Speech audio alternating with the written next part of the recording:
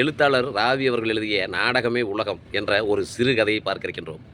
வேங்கடசாமி பேரை கேட்டோன்னே வயசானவர் நினச்சிடாதீங்க. ஒரு 25 வயது இளைஞர், ஒரு ஐடி கம்பெனியிலே நல்ல சம்பளத்திலே வேலை செய்யக்கூடியவர்.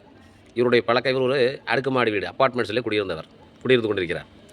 இவர் விடிய காலம் 5 மணிக்கு எழுந்திருத்து டென்னிஸ், அதாவது ராக்கெட்னு சொல்லுவாங்க, டென்னிஸ் பேட் அதை எடுத்துக்கிட்டு அதை பின்னாடி ஒரு டிஷர்ட் போட்டுக்குவார். அதுக்கு பின்னாடி டென்னிஸ் பேட்டு ராக்கெட்டை தொங்க விட்டுக்குவார். அரைக்கால் ட்ராயர் போட்டு வெளியே வருவார். அப்போ அந்த அப்பார்ட்மெண்ட்ஸில் எல்லாம் பேப்பர் படிச்சுட்டு இருக்கிறவங்க, வெளியில் வேலை செஞ்சுட்டு இருக்கிறவங்க எல்லோரும் இவரே பார்ப்பாங்க. இன்னும் அவர் அப்படியே கம்பீரமாக நடந்து போவார். நடந்து போய் கீழே லிஃப்ட்டில் வந்து வண்டி எடுத்துக்குவார். பெரிய வண்டியை எடுத்துக்கிட்டு ஒரு 5-5:30 மணிக்கு கிளம்புனார்னா மறுபடியும் ஒரு 6-6:30 மணி 7 மணிக்குள்ளே வந்துடுவாருங்க. ஏன்னா 8 மணிக்கு வேலைக்கு போகணும். அவர் வருகின்ற பொழுது பார்த்தீங்கன்னா அப்படியே டிஷர்ட்டில் நனைஞ்சு தொப்பலாம் அப்படியே ஈரமாக இருக்கும். அவர் உடனே அப்படியே கம்பீரமாக போவார். அப்போயும் அந்த அப்பார்ட்மெண்ட்ஸில் இருக்கிறவங்க எல்லோரும் அவர் பார்ப்பாங்க. அப்படியே பார்த்துக்கிட்டே இருப்பாங்க. அவர் போகிற வரலாம் இவர் அப்படியே கம்பீரமாக, அவர் அப்படியே ஒரு ஏளனமாக ஒரு பார்வை பார்த்துட்டு, நீங்களாம் சும்மா இருக்கிறீங்க, நான் தான் இந்த உடற்பயிற்சி செஞ்சு உடம்பு எப்படி வச்சுருக்கேன் பாருங்கள் அப்படின்னு சொல்லிட்டு அப்படியே வேகம் அப்படியே கம்பீரமாக ஒரு தலகணம்னு சொல்லுவாங்க இல்லையா, செருக்கு, அதோடு போவார். உடனே எல்லாரும் போனோன்னா கம்மனா அவங்க வேலையை பார்க்க ஆரம்பிச்சுருவாங்க. இந்த நிகழ்ச்சி தொடர்ந்து நடந்து கொண்டே இருக்கிறது. இப்போ ஒரு 6 மாதம் 1 வருஷம் கழிச்சு ஒரு நாள் என்ன செய்கிறாருன்னா, வேங்கடசாமி காலையில் போகிறாரு. மறுபடியும் ஒரு 6-6:45 மணிக்கு மீண்டும் அதே மாதிரி வராரு. அப்படி வருகின்ற பொழுது அவருடைய அந்த டிஷர்ட்டில் எந்த ஈரமும் இல்லை.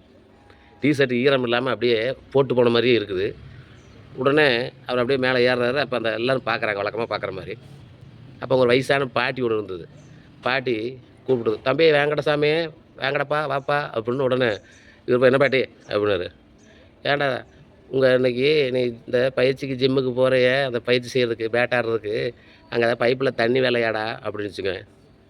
உடனே வேங்கடசாமிக்கு எங்கேயோ ஷாக் அடித்த மாதிரி, ஒரு 100 வாட் ஷாக் எப்படி அடிக்கும் அந்த மாதிரி அவருக்கு ஒரு ஃப்ளாஷ்பேக்குங்க. எப்படி அந்த பாட்டி நம்ம அதை கண்டுபிடிச்சி, ஏன்னா இவருடைய வேலை என்னன்னா டெய்லியும் போவார், அங்கே விளையாடுவார். இல்லைன்னு சொல்லல, விளையாண்டு சும்மா அவ்வளோ வியர்வை வராது.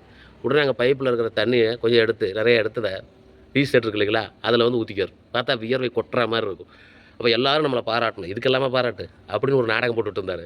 இந்த நாடகத்தை எப்படி பாட்டி கண்டுபிடிச்சி அப்படின்னு சொல்லிட்டு, எல்லோரும் இப்படி தான் நம்மளை பார்த்துருப்பாங்களா அப்படின்னு சொல்லிட்டு வேங்கடசாமிக்கு அப்படி நாக்க பிடிக்கிறவங்க தலையை சுற்றிச்சிங்க. அப்புறம் இல்லை பாட்டி அப்படின்னு சொல்லிட்டு அப்படி சமாளிச்சுட்டு அப்படியே தன்னுடைய அந்த அப்பார்ட்மெண்ட்ஸ்க்கு உள்ளே போய் கதவு சாத்திட்டாருங்க. இத்துடன் இந்த கதையை முடிக்கின்றார் கவிஞர் ராவி அவர்கள்.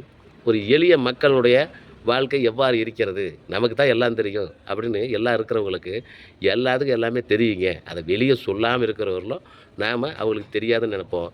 தெரிஞ்சிருச்சுன்னா அது அப்புறம் நம்ம இவ்வளோதானா அப்படின்னு முடிவோடு போயிடுவோம் என்று கவிஞர் ராவி அவர்கள் மிகவும் எளிமையாகவும் நகைச்சுவையாகவும் இந்த கதையை முடிக்கின்றார். நன்றி.